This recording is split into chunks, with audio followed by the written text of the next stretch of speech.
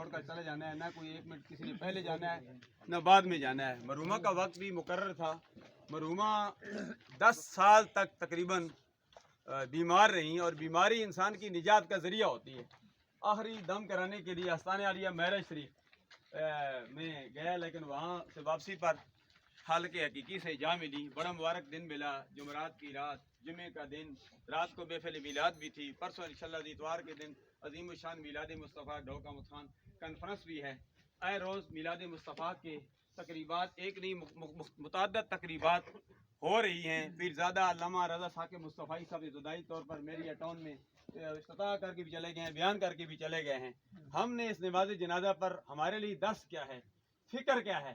ہم میلاد مصطفیٰ بھی مناتے ہیں، لیکن سیرت مصطفیٰ اپنانے میں ہم بہت پیچھے ہیں، تعلیمات مصطفیٰ اپنانے میں ہم بہت پیچھے ہیں۔ ضرورت اس امر کی ہے کہ ہم اپنے کردار سے غیر مسلموں کو بھی بتائیں کہ ہم مسلمان ہیں۔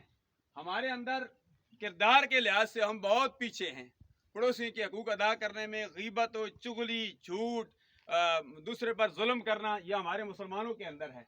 ضرورت اس امر کی ہے کہ ہم مسلمان یاد خدا اور عشق مصطفیٰ کو اپنے اندر کو بسا لیں، اور صرف جب بسا لیں گے یاد خدا اور عشق مصطفیٰ کی دولت ہمارے اندر ہوگی، پھر ہمیں رب ذوالجلال سے خوف ہوگا، ہم کوئی کام غلط نہیں کر سکیں گے۔ اللہ کی بارگاہ میں دعا کرتے ہیں اللہ تبارک و تعالیٰ مرحومہ کی آنے والی منزل آسان فرمائے۔ چونکہ جمعہ کا دن ہے، وقت بھی ہونے والا ہے، 1 منٹ باقی ہے۔ مقتدر علماء کرام علامہ نیاز حسین اعوان صاحب، اسی طرح علامہ غلام مرتضیٰ صاحب، مقتدر علماء کرام، مشائخ اعظام، ہر شعبے سے تعلق یہاں میں الحمدللہ کئی مرتبہ یہاں ملک نوید صاحب کی والدہ محترمہ کی نماز جنازہ یہاں ہی پر میں نے پڑھائی تھی، مجھے اچھی طرح یاد ہے۔